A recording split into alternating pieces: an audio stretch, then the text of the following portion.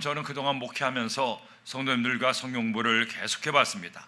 여러 성도님들이 함께 성경을 공부하면서 변화되는 것을 보는 것이 목사인 저의 큰 기쁨이기도 하죠.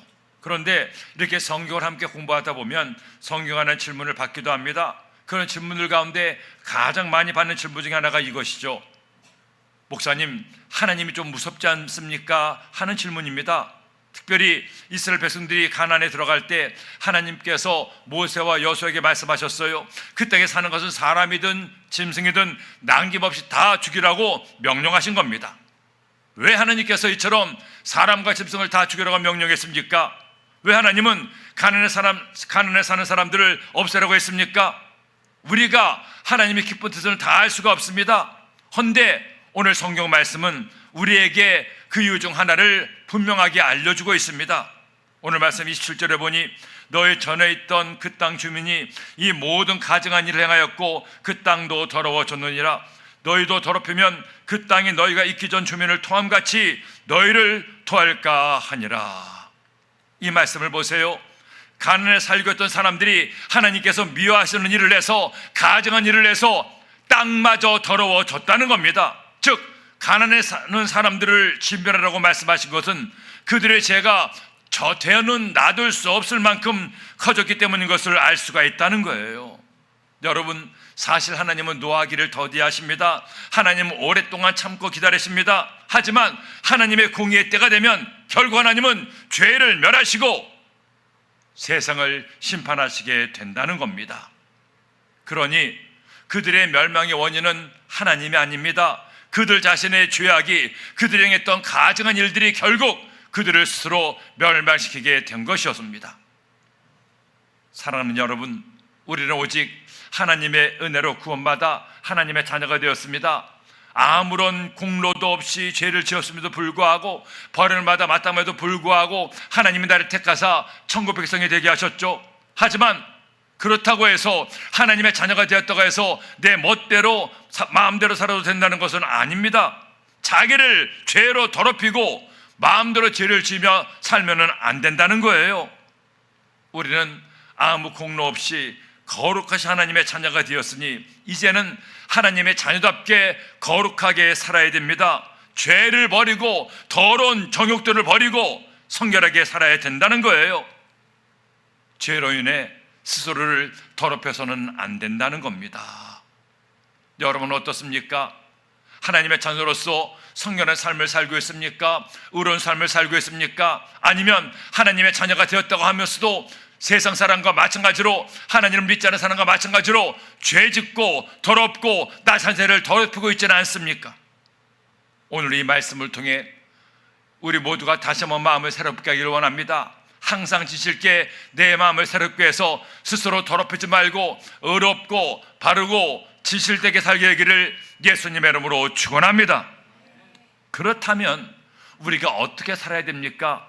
무엇으로부터 나를 더럽히지 않아야 되겠습니까? 첫째로 생각으로 나를 더럽히지 말아야 됩니다. 제가 어릴 때만 해도 아이들은 주로 밖에서 놀았죠. 그 당시에 컴퓨터가 있습니까? 게임기가 있습니까? 주로 밖에서 흙에서 뒹굴며 놀았습니다. 저희 어머니는 양장점을 하셔서 항상 저에게 깨끗한 옷을 입혔는데 집에 들어갈 때면 옷이 장난이 아니었죠. 비라도 오면 더 엉망이 됩니다. 그때마다 엄청나게 혼났습니다. 광덕아, 옷이 이게 뭐니? 좀 깨끗하게 하면서 놀아라 하고는 더러운 옷을 갈아입히고 몸을 씻기곤 했죠. 여러분 그렇지 않습니까? 밖에 있다가 집에 들어가면 제일 먼저 하는 일이 뭡니까? 밖에 쓰던 먼지도 땀도 더러운 것들을 먼저 씻지 않습니까? 더러운 옷은 갈아입고 몸을 깨끗하게 합니다. 그렇지 않고 더러운 채로 그대로 있으면 찝찝해서 견딜 수가 없잖아요. 그런데 문제는 눈에 보이는 더러운 것들은 이렇게 세수도 하고 샤워도 하며 씻어내는데, 더 중요한 정말로 씻어내야 될 눈에 보이지 않는 것들을 그대로 버려두고 있다는 겁니다. 그런 것들이 내 영혼을 시궁창으로 더럽히고 있는데 그것도 모른 채 내 몸에 때만 벗기고 있다면 안 되는 것 아니겠어요? 무엇이 우리를 더럽히고 있습니까? 제일 먼저 내 마음의 생각입니다. 오늘날 많은 사람들이 생각으로 자신을 더럽히고 있다는 거죠. 아직 그 죄가 밖으로 나오진 않았습니다. 아직 남을 해치진 않았습니다. 하지만 생각으로 이미 남을 저주하고 해치고 심지어 죽입니다. 남을 상하게 하고 다치게 합니다. 생각 속으로 이미 음란과 정욕의 죄를 짓고 있어요. 놀랍게도 예수님은 이런 생각의 죄도 무서운 죄임을 말씀하고 있습니다. 마태복음 5장 17절에 또 간음하지 말라 하였다는 것을 너희가 들었으나 나는 너희에게 이르노니 음욕을 품고 여자를 보는 자마다 마음에 이미 간음하였느니라. 여러분 보세요. 마음속으로 생각으로 음욕을 품는 것도 간음죄를 범한 것이라고 말씀하죠. 심지어 남의 것에 욕심을 낸 그 생각의 죄가 이미 우상 숭배의 죄가 된다는 겁니다. 골로새 3장 5절 말씀해 보니 그러므로 땅에 있는 지체를 죽이라. 곧 음란과 부정과 사욕과 악한 정욕과 탐심이니 탐심은 우상 숭배니라. 우리는 흔히 그런 말들을 하죠. 생각이야 무슨 생각을 못해? 생각은 자유고 착각은 커스트라인도 없잖아. 하지만 여러분 사실은 잘 모르고 하는 말들이에요. 하나님은 사람의 외모만을 보시는 하나님이 아닙니다. 하나님은 사람의 생각을 먼저 보시는 하나님이십니다. 겉으로 보이는 목사, 장로님, 권사님, 안수사님 이런 타이틀을 먼저 보는 하나님이 아니에요. 하나님께서 보실 때 그런 것들은 아무 상관이 없습니다. 목사와 장로가 무슨 상관이 있습니까? 하나님은 먼저 우리의 생각을 보십니다. 내가 어떤 생각을 품고 있는지, 어떤 마음을 품고 있는지 그것을 먼저 보시고 있다는 거예요. 그러므로 우리는 제일 먼저 생각으로 마음을 더럽히지 말아야 됩니다. 나를 더럽히지 말아야 됩니다. 하나님 보시기에 더러운 생각을 하지 않기 위해서 노력을 해야 됩니다. 그런 더럽고 추한 생각이 들면 즉시로 예수님의 이름으로 물리쳐야 됩니다. 미움의 생각, 시기의 생각, 욕심의 생각, 정욕의 생각, 더러운 생각, 부정적인 생각을 주의 보혈로 씻음을 받아야 됩니다. 그래서 내 마음의 생각이 성결해질 때, 죄로 더럽히지 않을 때 비로소 거룩한 주의 백성이 되기 시작하는 것이죠. 여러분의 생각으로 어떤 생각을 품고 있습니까? 혹시나 사람에게는 말하지 않지만, 내 가족에게도 말하지 않지만 내 생각 속으로 이런저런 죄를 짓고 있지 않습니까? 그 모든 죄를 다 써내세요. 그래서 우리의 생각이 긍정적인 생각이 되고, 우리의 생각이 성결한 생각이 되고, 우리의 생각이 겸손의 생각으로 바뀌어질 때 우리의 삶에 주님의 은혜가 임하게 되는 것입니다. 작곡가 로시니가 첫 오페라인 세빌리아 이발사라는 공연을 했습니다. 하지만 안타깝게도 첫 공연은 완전한 실패로 끝났죠. 아직 오페라가 끝나지도 않았는데 관중들이 소리를 지르고 화를 내며 나가기도 했습니다. 공연이 끝나고 나서 가수나 스태프들은 어쩔 줄을 모르다가 작곡가인 로시니를 찾았죠. 근데 가장 낙심하고 있어야 될 로시니가 보이질 않는 겁니다. 알고 보니 일찌감치 집에 가서 잠을 자고 있었어요. 그들은 집으로 찾아가서 화가 나서 그를 깨우며 물었습니다. 아니, 작곡가 양반, 지금이 잠잘 때입니까? 당신의 작품이 이렇게 완전히 실패를 끊는데 잠이 와요? 그때 로시니가 천연도스럽게 말했다고 합니다. 오늘 공연이 한번 실패했다고 하늘에 무너진 것은 아니지 않습니까? 오늘은 실패했어도 다음에는 사람들이 좋아할 수도 있지 않습니까? 또 이 작품이 안 좋으면 다음에는 더 좋은 곡을 지으면 되지 않습니까? 로시는 전혀 낙심하지 않았습니다. 남이 못한다고 원망도 불평도 하지 않았습니다. 계속 그는 얘기하기를, 그러니 잘 때는 자고 작곡할 때는 작곡하고 공연할 때는 공연합시다. 자, 여러분도 어서 가서 자세요. 그 낙천적인 말에 그만 사람들이 할 말을 읽고 말았어요. 여러분 대단한 작곡가 아닙니까? 그런데 그런 그의 그 생각이 현실로 나타났습니다. 첫 공연은 실패했지만 이어진 공연에서 루시니의 그 세빌리아 이발사는 엄청난 성공을 거두었습니다. 그리고 200년이 지난 지금도 많은 사람의 사랑을 받는 유명한 오페라 중에 한 오페라가 됐습니다. 여러분, 사람은 생각하는 대로 만들어집니다. 여러분의 생각이 여러분의 삶을 만들어요. 나쁜 생각은 나쁜 나를 만들고 좋은 생각은 좋은 나를 만듭니다. 사탄은 언제나 우리에게 나쁜 생각을 먼저 보여줍니다. 염려해라, 걱정해라, 낙심해라, 욕심부려라, 더럽게 살아라, 추하게 살아라. 그러나 하나님은 언제나 우리에게 좋은 생각을 보여주고 좋은 생각을 품으라고 우리에게 가르치십니다. 그런 여러분, 나쁜 생각이 떠올려집니까? 과감하게 버리세요. 좋은 생각을 마음에 품으세요. 그때 여러분은 거룩한 주의 백성이 될 것입니다. 둘째로, 우리는 입술로 나를 더럽히지 말아야 됩니다. 우리가 인생을 살다 보면 나를 힘들게 하고 아프게 하는 사람이 있습니다.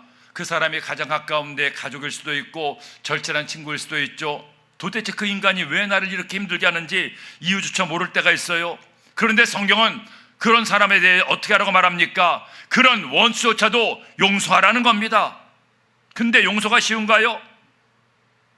쉽다면 주님이 용서하라고 말씀도 안 했을 거예요. 자, 도저히 용서할 수 없는 사람을 용서할 때 어떻게 용서하는지 아십니까? 아직 용서가 안 되는 사람이 여러분의 마음속에 있습니까? 어떻게 됩니까? 용서가 되든 안 되든 일단 용서해야 되겠다고 생각하는 것에서부터 용서가 시작이 된다는 겁니다. 그래, 내가 이렇게 미워만 하면 안 되지, 화만 내면 안 되지, 화를 내봤자 미워해봤자 나만 손해야, 나만 다쳐, 이제 내가 용서해야겠구나 생각하는 것이 위대한 용서의 시작이 된다는 것입니다. 그렇지 않고 나는 절대 용서할 수 없어, 그 인간은 절대 용서할 수 없어, 마음 먹고 있으면 용서가 안 돼요. 하지만 용서해야겠다고 생각하는 것 자체가 용서의 시작이 된다는 거죠. 그리고 거기에 또 하나, 내가 입을 열어서 내 입술로 당신을 용서합니다 말을 할 때, 설사 내가 용서할 그 사람이 내 앞에 없다고 해도 나 스스로 내가 아무개를 용서합니다 용서할 때 용서가 완성이 된다는 거예요. 사람이 살아갈 동안에 그가 하는 생각과 말이 얼마나 중요한지 모릅니다. 사람은 생각대로 말을 합니다. 또 그런가 하면 말한 대로 생각도 바뀝니다. 생각 속에 미움이 가득해도 입으로 용서한다고 말하고 또 말할 때 미움도 변할 수가 있는 것이죠. 그러니 사람의 말이 얼마나 중요한지 모릅니다. 저나 여러분이나 살면 살수록 깨닫는 진리가 이것 아닙니까? 말이 사람을 죽이기도 하고 사람을 살리기도 한다는 거죠. 아무것도 아닌 말이 가정을 깨뜨리기도 하고 그 가정을 살리기도 합니다. 교회를 무너뜨리기도 하고 교회를 부흥시키기도 합니다. 함부로 하는 말 한마디가 친구를 원수되게 하고 이웃을 적으로 만들기도 해요. 그러게 사탄은 지금도 사람을 넘어뜨리는 가장 강력한 무기로 그 사람의 말을 사용하고 있습니다. 우리의 입술을 더럽혀서 나쁜 말을 하게 합니다. 거짓말을 하게 합니다. 남을 해치는 말을 하게 합니다. 모함하는 말을 하게 합니다. 없는 말을 만들게 합니다. 그래서 말로 남을 해치고 결국엔 스스로도 망하게 할 때가 있어요. 여러분은 지금 어떤 말을 하고 있습니까? 그 말로 인해서 나를 더럽히지 말아야 됩니다. 톨스토이의 소설 중에 재난의 원인이라는 소설이 있습니다. 그 작품에 보면 담장을 사이에 두고 사회적 지내던 두 가정이 있었죠. 그런데 어느 날 이쪽 집에 닭 한 마리가 저쪽 집으로 넘어가서 알을 낳습니다. 그걸 보고 이쪽 집 아이가 야, 우리 닭이 알을 낳았으니까 알을 줘 얘기를 했습니다. 그런데 저쪽 집 아이가 보더니 알이 없다고 얘기를 했어요. 그까지 달걀 하나 가지고 왜 그러냐는 거죠. 그러자 이쪽 집 아이가 이 도둑놈아 하고 욕을 했습니다. 그러자 내가 왜 도둑이야 하면서 두 아이가 피 터지게 싸웠어요. 그걸 본 엄마들이 이번에는 한쪽을 거짓말장이라고 한쪽은 도둑이라고 머리카락을 붙들고 싸웠습니다. 남편들이 집에 들어와 보니 애들은 애들대로 싸우고 아내들은 아내대로 싸우고 있어요. 이번에는 남편들도 함께 싸우는 겁니다. 그렇게 싸우다가 화가 나서 이쪽 집 아버지가 저쪽 집에 불을 질러버렸어요. 그러자 그 통에 이쪽 집도 불이 붙어 홀랑 다 타버렸습니다. 결국 양쪽 집이 다 잿더미가 되고 말았죠. 그들은 기가 막혀서 잿더미에 앉아 밤하늘의 별들을 보며 생각했습니다. 도대체 왜 이 지경까지 됐나? 우리가 무엇 때문에 싸웠나? 생각해보니 계란 하나 때문이었어요. 그까지 계란 하나 때문에 서로 원수가 되고 집마저 다 타버린 겁니다. 근데 여러분, 사실 계란 하나 때문이 아니죠. 그들의 말 한마디 때문이었습니다. 가시돋친 말 한마디가, 남을 모욕을 하는 그 말 한마디가 오고 가다 보니 그 말이 두 가정을 잿더미로 만들고 말았어요. 그러기에 성경은 말씀하죠. 잠언서 10장 19절에 말이 많으면 허물을 면하기 어려우나 그 입술을 제하는 자는 지혜가 있느니라. 의인의 혀는 수능과 같거니와 악인의 마음은 가치가 적으니라. 탈무드에 이런 얘기가 나옵니다. 한 임금이 시몬에게는 세상에서 가장 좋은 것을 구하라고 시키고 요한에게는 세상에서 가장 나쁜 것을 찾아라고 명령을 내렸습니다. 얼마 후에 두 사람이 돌아와 상제를 바쳤습니다. 좋은 것을 구해봤다는 시몬의 상자를 열자 거기에서 사람의 혀가 나왔어요. 이번에는 가장 나쁜 것을 찾아온 요한의 상자를 열었는데 거기에도 역시 사람의 혀가 나왔다는 겁니다. 이 탈무드의 교훈은 혀, 즉 말은 가장 좋은 것이 될 수도 가장 나쁜 것이 될 수도 있다는 것을 의미하는 탈무드였습니다. 사랑하는 여러분, 우리는 세상에서 가장 귀한 보물을 다 가지고 있습니다.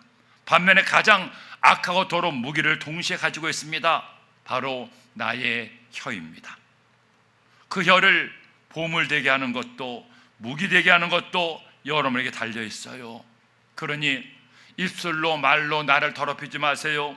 미움의 말, 남을 다치게 하는 말, 부정적인 말, 더러운 말, 이런 말들을 내 입에서 제거버리세요.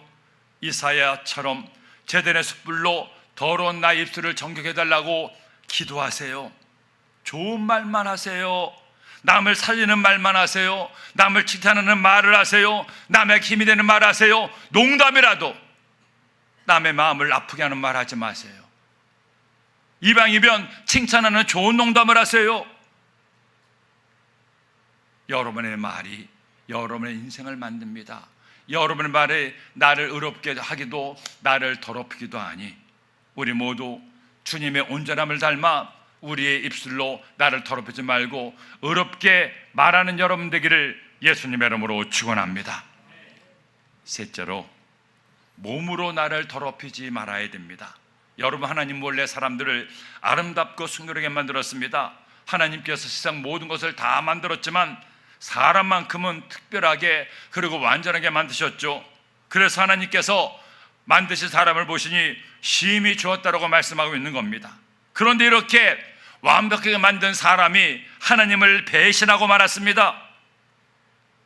하나님은 인생들에게 자유의지를 주었는데 그만 하나님 말씀을 어기고 자기 생각대로 죄를 택한 거예요. 그래서 결국 사람은 죄인이 되었습니다. 이렇게 죄인이 되자 그들은 순결하고 아름다운 하나님의 마음을 버리고 자신을 죄로 더럽히기 시작했습니다. 생각으로 죄를 짓고 입술로 죄를 짓습니다. 어느 정도인가 하면 노아 시대에 하나님이 이처럼 말씀했죠. 창세기 6장 5절에 야훼께서 사람의 죄악이 세상에 가득함과 그의 마음으로 생각하는 모든 계획이 항상 악한 뿐임을 보시고 땅 위에 사람 지으심을 한탄하사 마음에 근심하시고. 사람의 죄악이 세상에 가득했습니다. 생각하는 모든 계획이 다 악한 것밖에 없었어요. 이렇게 죄를 지은 사람들 가운데서도 가나안 땅에 살고 있던 사람들은 그 도를 넘었습니다. 생각과 입술로만 죄를 짓는 것이 아니라 그들의 몸으로 죄를 짓기 시작했습니다.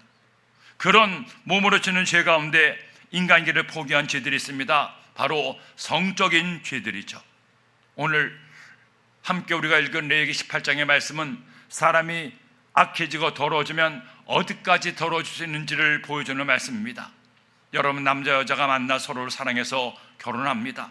그런 두 사람이 성적인 결합을 하는 것은 하나님의 축복이요 선물이죠. 생육하고 번성하도록 하나님께서 우리에게 명령했기 때문입니다. 이런 성적 결합은 두 사람이 한 사람이 되는 가장 신성한 의식 중에 하나라는 거죠. 추한 것도 아니고 더러운 것도 아닙니다. 근데 사탄은 이런 축복된 의식을 저주로 만들어 버렸습니다. 더럽고 나쁜 것으로 변질시켰습니다. 그래서 이 성적인 결합이 자신의 몸을, 영혼을, 인생을 멸망시키는 더러운 것으로 만들어 버린 거예요. 특별히 가나안 땅에 살고 있던 그 사람들은 아주 잘못된 성의식을 가지고 있었습니다. 그렇다면 도대체 그들이 어떤 성적인 죄를 지었기에 하나님께서 그들을 진멸하라 명령했습니까?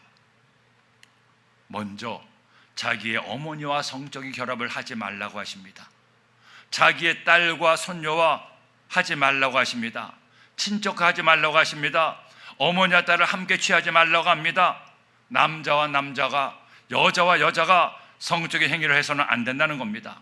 심지어 너무나 충격적인 말씀도 있죠. 23절 말씀 보니 너는 짐승과 교합하여 자기를 더럽히지 말며 여자는 짐승 앞에 서서 그것과 교접하지 말라. 이는 문란한 일이니라.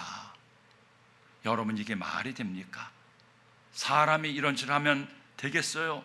근데 하나님이 왜 이런 명령을 하셨습니까? 가나안 사람들이 이런 죄마저 지었기 때문이에요. 하나님께서 주신 소중한 몸을 스스로 더럽혀 짐승처럼, 아니 짐승보다도 못하게 만들어 버렸기 때문입니다.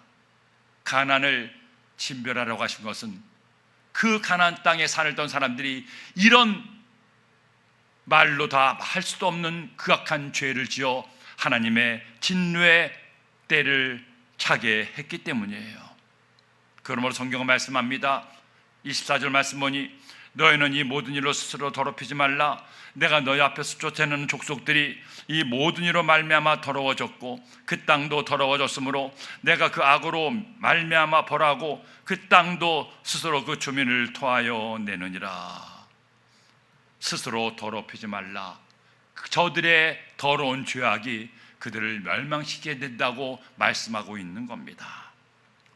얼마 전에 뉴스에 기가 막힌 기사가 떴습니다. 저 금천구의 남성 전용 사우나 수면실에서 여러 명의 남자들이 집단으로 음란 행위를 하는 바람에 이것이 발각이 되고 결국 그들은 그 죄로 인해서 경찰서에 끌려가게 됩니다. 더 기가 막힌 것은 그 중에 한 사람이 현직 경찰이라는 겁니다. 세상에 어떻게 이런 일들이 공공연하게 서울 시내에서 일어날 수가 있습니까? 성경을 보면서 가나안 사람들이 어떻게 저럴 수가 있나 하지만 지금 이 사회에도 이렇게 그들의 몸마저 더럽혀지고 있는 이들이 우리 주변에 있다는 걸 생각할 때 얼마나 안타까운지요. 여러분, 몸으로 죄를 지어서는 안 됩니다. 하나님이 당신의 형상대로 아름답게 만드신 몸을 죄의 도구가 되게 하지 마세요. 하나님께서 여러분에게 주신 성이라는 선물을 저주가 되게 하지 마세요. 복이 되게 하고 기쁨이 되게 하세요. 그때 여러분은 주님을 더욱더 귀하게 닮아가게 될 것입니다. 오늘날 이 세상은, 이 대한민국은 3,400년 전의 가나안처럼 변해가고 있습니다. 많은 사람이 심지어 하나님의 자녀들조차도 생각으로, 말로, 몸으로 스스로를 더럽히고 있습니다. 그런 우리에게 하나님은 레위기 18장의 말씀을 통해 말씀합니다. 스스로 더럽히지 말라고. 너희의 생각으로, 말로, 몸으로 주님의 거룩함을 본받으라고 말씀합니다. 그런 여러분, 이 더럽각한 세상에 살면서도 우리 주님의 순결한 신부처럼 살기 위하여 최선을 다합시다. 아무리 세상의 죄로 인해 어둡고 캄캄해도 여러분의 생각과 말과 삶이 의로운 빛이 되게 하세요. 그런 우리가 모이고 우리가 큰 부를 이루어서 우리가 사는 이 광명시를, 서울을, 대한민국을, 세계를 밝히게 되기를 예수님의 이름으로 축원합니다. 축원합니다.